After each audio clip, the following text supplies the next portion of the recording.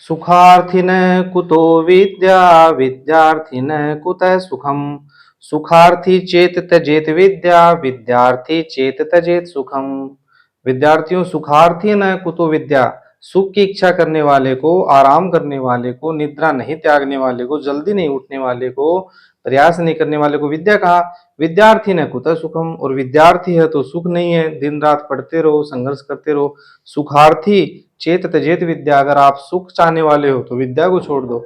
और विद्यार्थी न चेत त्यजेत सुखम, विद्यार्थी हो तो सुख को छोड़ दो। विद्यार्थियों, 27 फरवरी का हमारा लेवल 2 के एग्जाम में जो द्वितीय भाषा संस्कृत है उसके कुछ स्मृति आधारित प्रश्न है। बच्चों ने जो प्रश्न बताए उसके कुछ प्रश्न है, कुछ ऑप्शन चेंज हो सकते हैं, प्रश्न भी बच्चा हो सकता है गलत बता दिया हो, तो थोड़ा स्मृति आधारित है। थोड़ा आंसर की आप मिला लेना, हमारे डालने में थोड़ा विलंब हो गया, लेकिन हम डालेंगे, वो एकदम परिशोधित शुद्ध होगी। आप मिलाइए। ये दिया एक, ये पद्य दे दिया, कल्याण सिंह जयमल विशाल वक्ष शंभूत शोणित पवित्रतमा स्थलीयम वीर दवयन निज गौर रक्षणार्थम। जो हमारे ऑप्शन दिए उसमें हमने इन ऑप्शन को घटाया। घटाने के बाद हमने देखा कि इसमें तो उगता वसंत तिलका तब जा जगो गए, उगता कहा गया वसंत की तिलका, तब जा जगो गए, तब जा जय गौ गह, ये भाई तगण भगण जगण। ठीक है, 3 3 6 3 9 3 12 और 2 गुरु, 13 14, 14 वर्णों वाला। तगण भगण जगण जगण गुरु गुरु लगाना तो ये लगा लो, नहीं 14 वर्णों वाला वर्ण गिनिए इनकी, 1 2 3 4 5 6 7 8 9 10 11 12 13 14।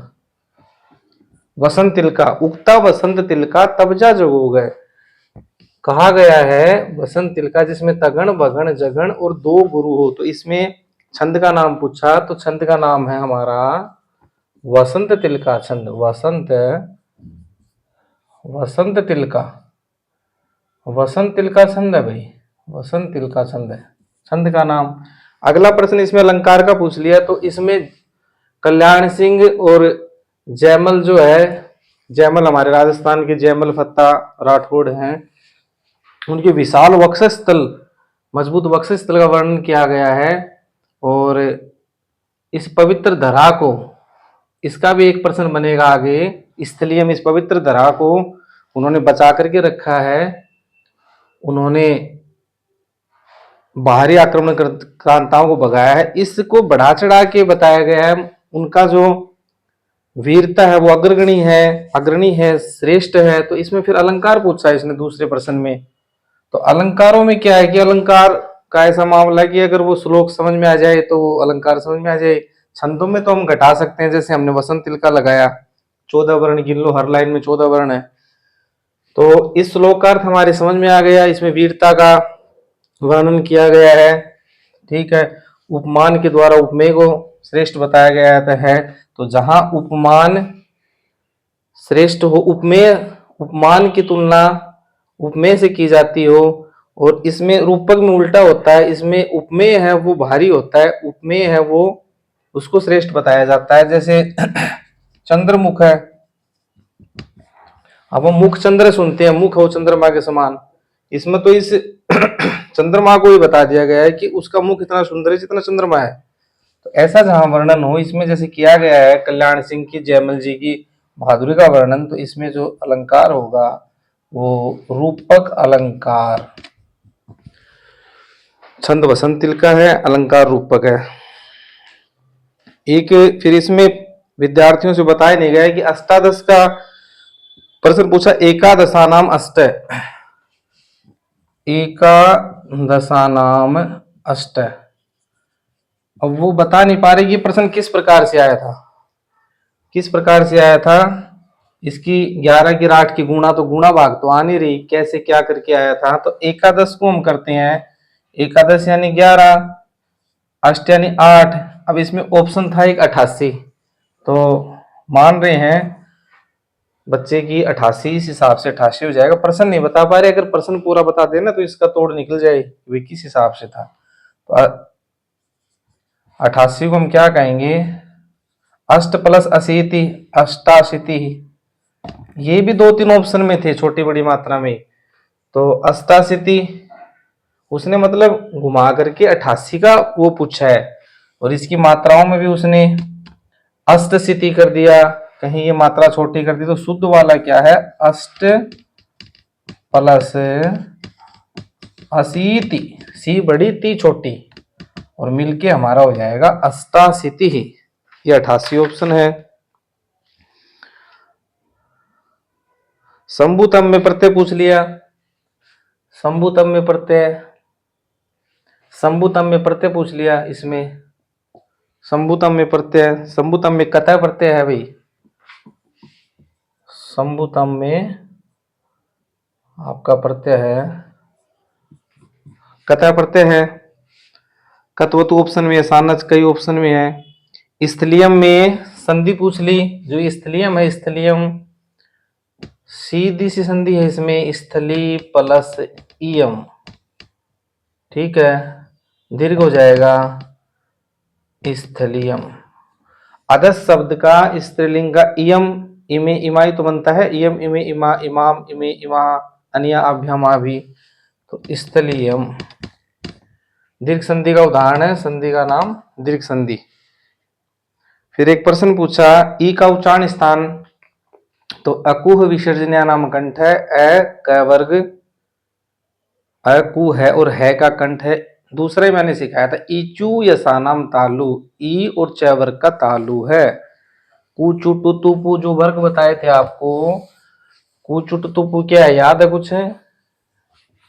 कु से क वर्ग, चू से च वर्ग, टू से ट वर्ग, तू से त वर्ग, पू से प वर्ग। तो इचू यसानाम तालु, ई और चू यानी च वर्ग का तालु है। अकुह विसर्जनीय नाम कंठ है और इचू यसानाम तालु। तो ई का क्या उच्चारण स्थान हो गया आपका, तालु हो गया। ई और च वर्ग का तालु। ऋतु रसाणाम मूर्धा, ऋतु लसानाम दंता, ली और त वर्ग का दंत है। उपपद मान्यानाम अवष्टो, ऊ का पै वर्ग का पै फै बै भम है। देखो होठ टकराते हैं आपस में, पै फै बै भम है। उपपद मान्यानाम अवष्टो। यमगणम पंचम अक्षर यम, देखो बोला भी जा रहा है, ग ण न म, इनका नासिका है। ई ऐ का एदई तो कंठ तालु, ई और ऐ का कंठ तालु। ओ औ औदौ तो कंठोष्टम, वकार से दंतोष्टम, यमगणनम नासिका से रटवाया हुआ है, तो ई का उच्चारण स्थान है तालु। पदस्य शिक्षणस्य कस्मिन् विधा प्रश्ना व्याकरण संबंधी, पदस्य शिक्षणस्य कस्मिन् विधा प्रश्ना, पद शिक्षण की, पदस्य शिक्षण जब पद्य पढ़ते हैं, इसने पूछा पद्य पढ़ते हैं तो कस्मिन विधा, कस्मिन विधा किस विधा में, प्रश्न व्याकरण संबंधी, प्रश्न व्याकरण संबंधी, उत्तर हो जाएगा दंडान्वयन विधि, दंडान्वयन विधि हो जाएगा भाई। 46 को क्या लिखते हैं, तो 6 को क्या लिखेंगे, षट चत्वारिंशत, षट चत्वारिंशत, ट का ड भी नहीं बनेगा। तम बालकम पुस्तकम देही, तम बालकम पुस्तकम देही, क्या बनवाया इसका, शुद्ध अशुद्ध पूछा भाई, तम बालकम पुस्तकम देही। तो हम चतुर्थी विभक्ति देना में चतुर्थी लगाते हैं, जैसे निर्धनाय नृपः निर्धनाय धनम ददाति, राजा निर्धन के लिए धन देता है। निर्धनाय गो ददाति, भिक्षुकेभ्य बहुवचन भिक्षुकों के लिए दान देता है, भिक्षुकेभ्य दानम ददाति। तो इसने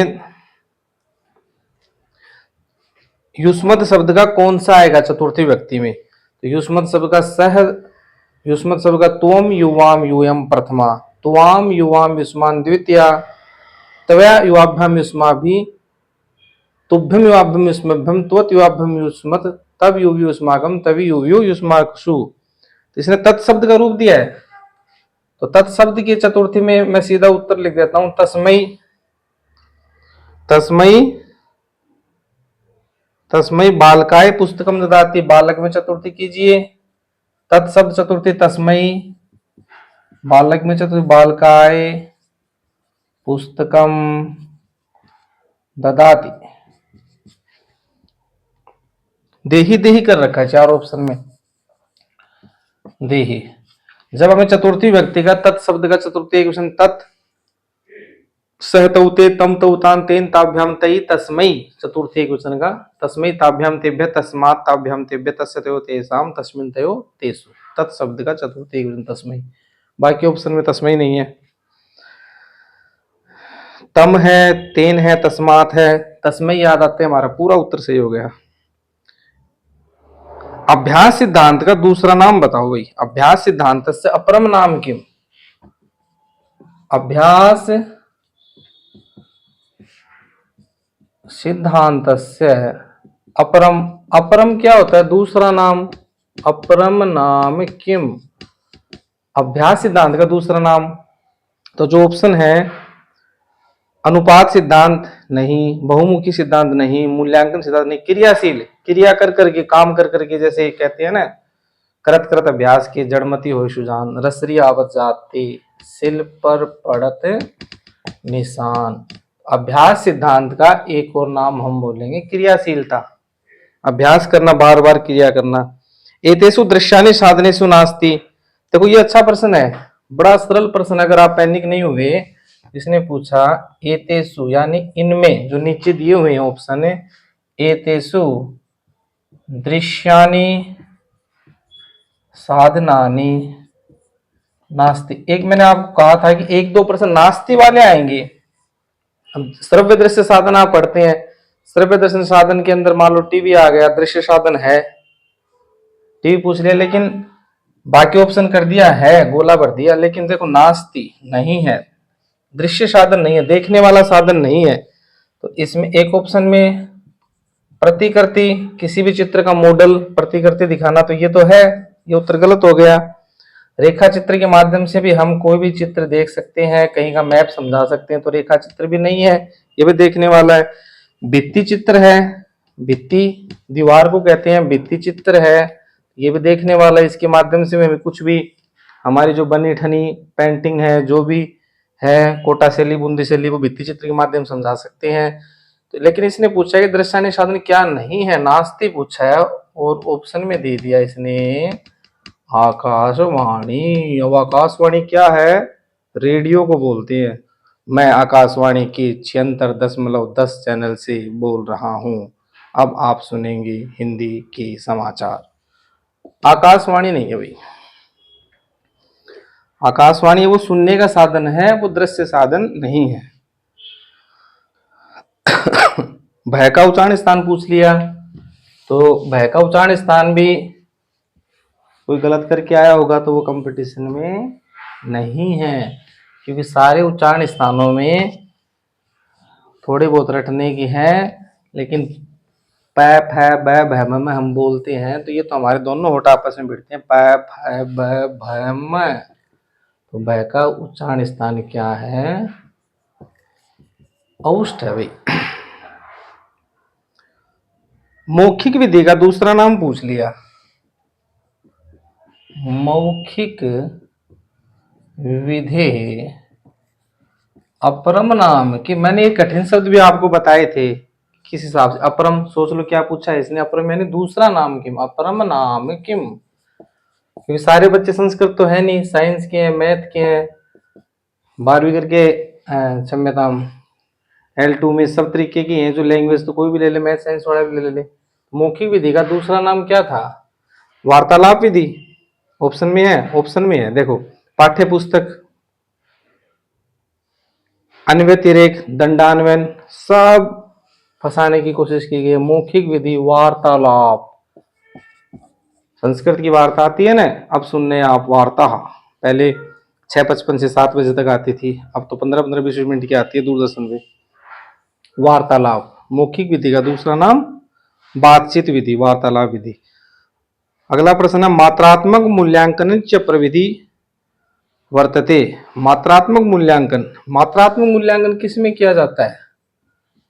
मात्रात्मक मूल्यांकन, मात्रात्मक मूल्यांकन प्रविधि वर्तते। उत्तर होगा वस्तुनिष्ठ।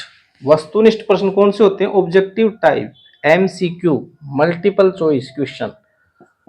मात्रात्मक है भाई वो। संस्कृत में अनुवाद करना है, पिता पुत्र से प्रश्न पूछता है, ये कारक का नियम आ गया। पिता पुत्र से प्रश्न पूछता है।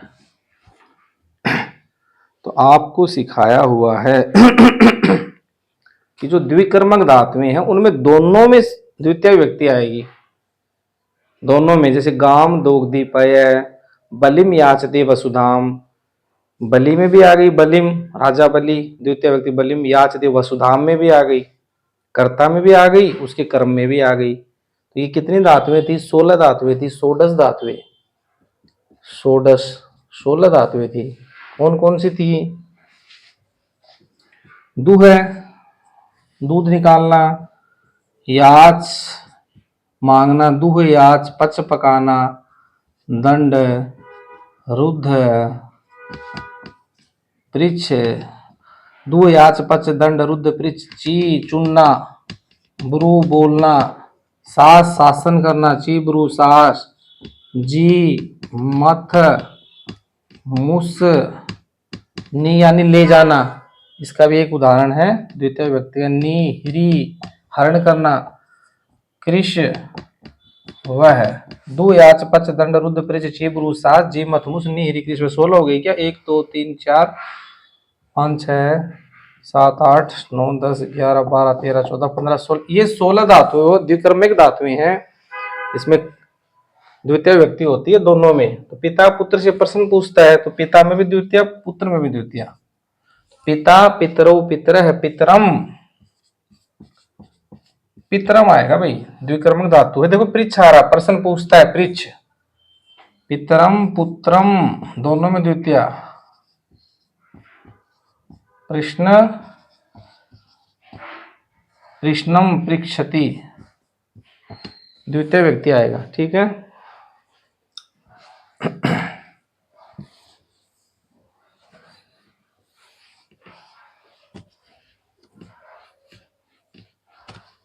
तो द्विक्रमिक धातुएं हैं, ये जहां भी आएंगी वहां द्वितीय व्यक्ति। कारक का नियम यही है, नमः के योग में चतुर्थी लगाओ। नमः शिवाय, गणेशाय नमः हम बोलते हैं, हमारी सामान्य भाषा के अंदर गणेशाय नमः, ओम नमः शिवाय, ये नहीं पता हमने चौथी व्यक्ति लगा दी उसमें नमः के योग में। वैदिक काल में प्रयुक्त शिक्षणम विधि, तो वैदिक काल में तो कौन सी विधि थी? वही पाठशाला में जाते थे, पहले पेड़ के नीचे श्रुति परंपरा से पढ़ते थे, तो पेड़ के नीचे श्रुति परंपरा इसमें ऑप्शन नहीं है। वैदिक काले प्रयुक्त शिक्षणम विधि का, वैदिक काल में प्रयुक्त शिक्षण विधि कौन सी है? टीका विधि, पाठ्यपुस्तकम विधि, पाठशाला विधि, द्विभाषा विधि।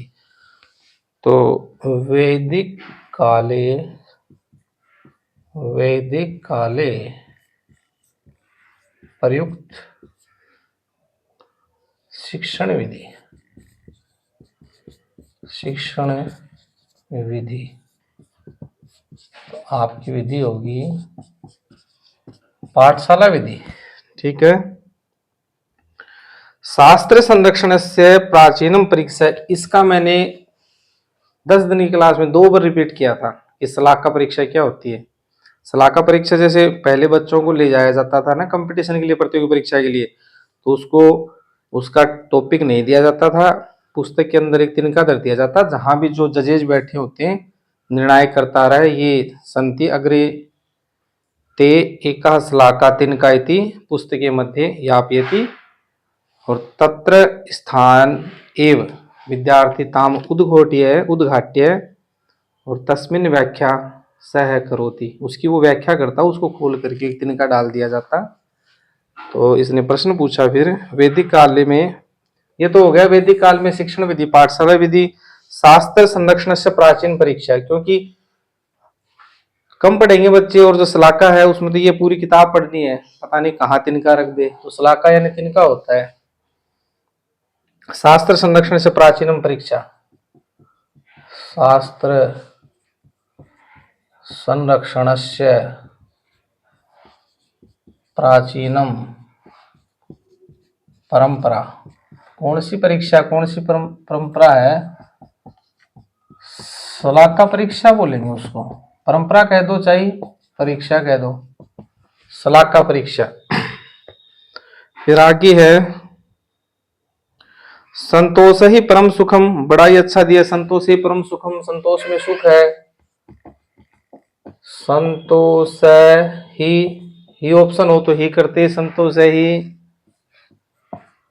परमम सुखम, संतोष परम सुख है भाई, कई संतोष करते हैं, सोते रहते हैं, संतोष करते हैं।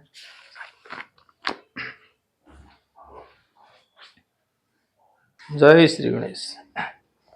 तो संतोष ही परमम सुखम, संतोष ही परम सुख है, परमम सुखम, परम सुखम दिया है भाई, संतोष ही परम सुख है, तो सुख उत्तर है इसमें। बाकी ऑप्शन में फल है, दुख है, कर्म है, तो संतोष करना परम सुख है। अगला प्रश्न है पुत्र है चंदन इच्छति, इसका वाक्य परिवर्तन कीजिए।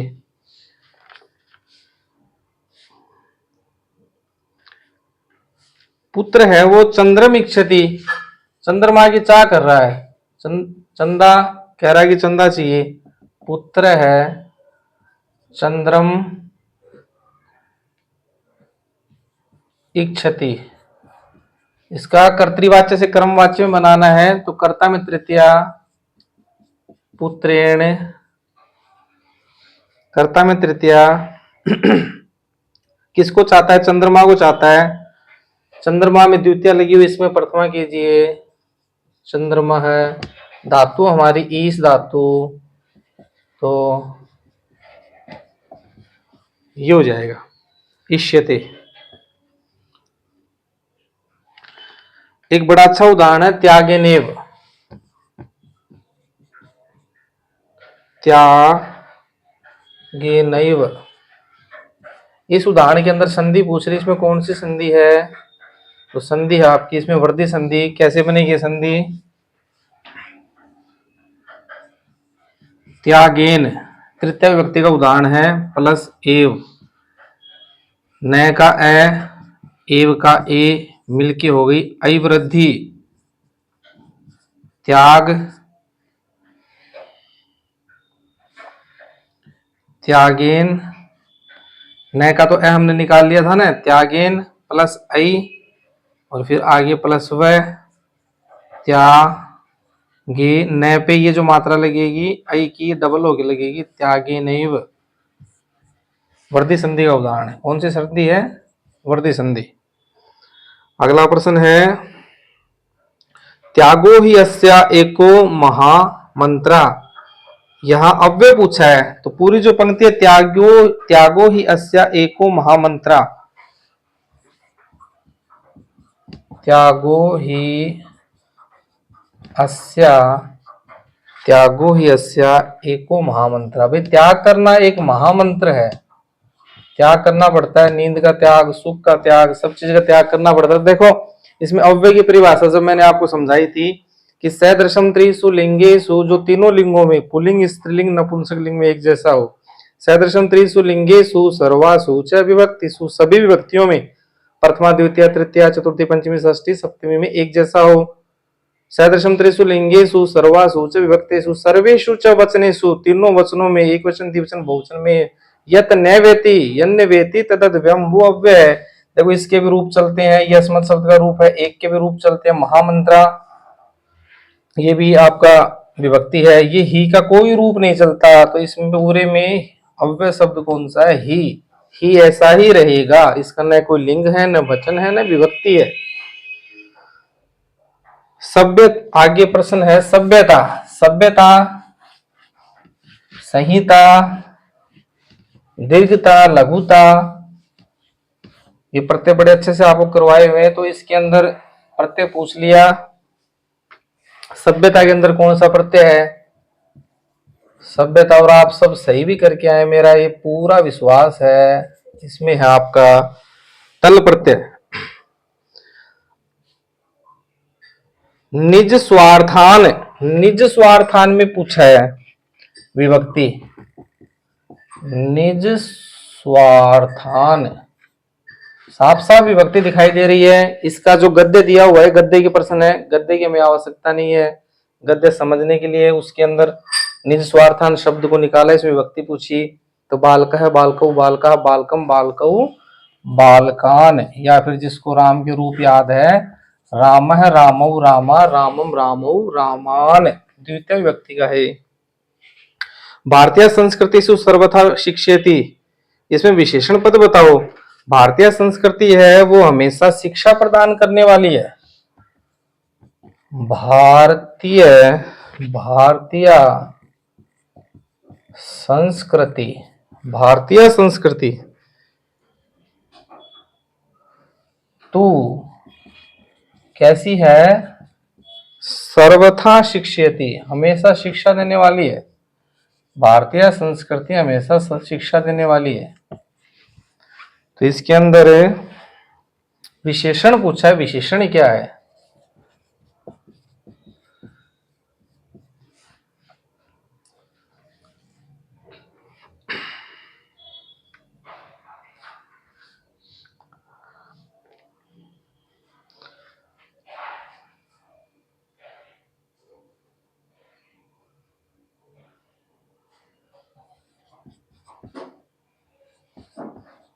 विशेषण हो जाएगा भारतीय। तो भारतीय संस्कृति की विशेषता बता रही है कि भारतीय जो संस्कृति है वो शिक्षाप्रद है, तो विशेषण भारतीय है और विशेष से शिक्षा देना। अगला प्रश्न 27 का, कस्य सिद्धान्तस्य अनुकरणेन छात्र स्वयं किमपि कार्यं कृत्वा अवगच्छति। रुचि का सिद्धांत, क्रियाशीलता का सिद्धांत, समवाय सिद्धांत, व्यक्तिक सिद्धांत। किस सिद्धांत के अनुकरण से छात्र स्वयं करना सीखता है? तो इसमें आ जाएगा आपका क्रियाशीलता का सिद्धांत। 27 का प्रश्न है, कस्य सिद्धांतस्य, कस्य सिद्धांतस्य अनुकरणेन, किस सिद्धांत के अनुकरण के द्वारा, अनुकरणेन किस सिद्धांत के अनुकरण के द्वारा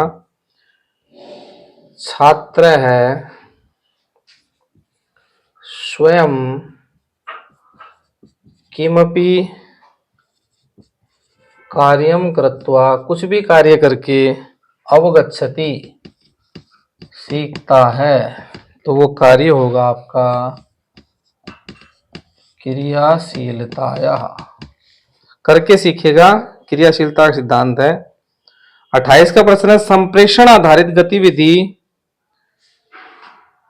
संप्रदातुम कस्य साधनस्य उपयोगिता विद्यते। मानचित्रस्य, पुस्तकस्य, श्यामफलकस्य, संगणकस्य। संप्रेषण करना हो एक, अब जैसे मैं आपको पढ़ा रहा हूं और आप घर बैठे अपने जंगम दूरवाणी के माध्यम से, मोबाइल, लैपटॉप, कंप्यूटर इत्यादि के माध्यम से आप सीख रहे हैं, तो संप्रेषण आधारित जो गतिविधि है उसको कौन सा यंत्र है जिसके माध्यम से हम एक जगह से दूसरी जगह भेज सकते हैं? एक ऑप्शन में मानचित्र है, एक में पुस्तक है, एक में श्याम पट्टे बोर्ड है, एक में है संगणक यानी कंप्यूटर। तो संप्रेषण आधारित शिक्षण, संप्रेषण आधारित शिक्षण, आधारित शिक्षण हम किसके माध्यम से कर सकते हैं? कंप्यूटर के माध्यम से कर सकते हैं। और कंप्यूटर को क्या कहेंगे? संगणक यंत्रेण, संगणक यंत्रेण। 29 का प्रश्न, माहेश्वर सूत्रेषु अक प्रत्याहारस्य वर्णा। अक प्रत्याहार पूछा, अक में क्या था, क्या क्या था? तो अ इ ऊण से शुरू कीजिए, अ इ ऊण, और रील रिक का रील रिक, प्रत्याहार बनाते टाइम आपको पता है अंतिम वर्ण नहीं लिया जाता। अ उण गण है हटा दो, रील रिका का हटा दो, ये 5 वर्ण आपके आएंगे ए ई उ रील री अक प्रत्याहार में। 5:45 8-10 दिन की क्लासों में विशेष किसी पे विशेष जोर दिया था, जैसे अंतस्थ, उष्म, यह रलव अंतस्थ सहस है, इक क्या है, ई उ रील री, सारे प्रश्न जो होते आगे देखो। 5:45 का मैंने बताया था, इसका हमसे संस्कृत में पूछ लिया जाए, हमारी मारवाड़ी भाषा में हम बोलते हैं कि 5:45 या फिर 5:45 बाकी 5:15, 5:30, 5 ये बताना आसान है। 5 को पंचवादनम, 5:15 को सपाद पंचवादनम, 5:30 को सार्ध पंचवादनम, आप सबको भी याद था। लेकिन 5:45 को देखो हम कहेंगे 5:45। अब 45 मिनट है, 60 मिनट का पूरा समय होता है, 6 बज जाएंगे, एक पाद कम है तो हमने किया पादों ने। अब यहां तक तो आपका सही है, सब बच्चे कर सकते हैं। अब पादों ने, अधिकतर बच्चे पंचवादनम करते हैं, लेकिन हमने इसको बोला 5:45, तो पादों ने, एक पाद किसमें कम है, 6 में कम है, तो पादों ने षटवादने, ये होगा आपका उत्तर, पादों ने षटवादने। तो विद्यार्थियों ये आपकी आंसर की है, जैसे बच्चों ने बताई स्मृति आधारित, इसको आप मिलान कीजिए और अपनी तैयारी को रनिंग में रखिए, तैयारी छोड़िए मत। और परमात्मा ने चाहा, आप सबकी प्रार्थना रही तो हम जल्दी एक शीघ्र डिजिटल बोर्ड लाएंगे, या तो 2-4 दिन में आपको उपलब्ध हो जाएगा या फिर जुलाई के अंदर आपको उपलब्ध होगा। जयतु संस्कृतम, जयतु भारतम।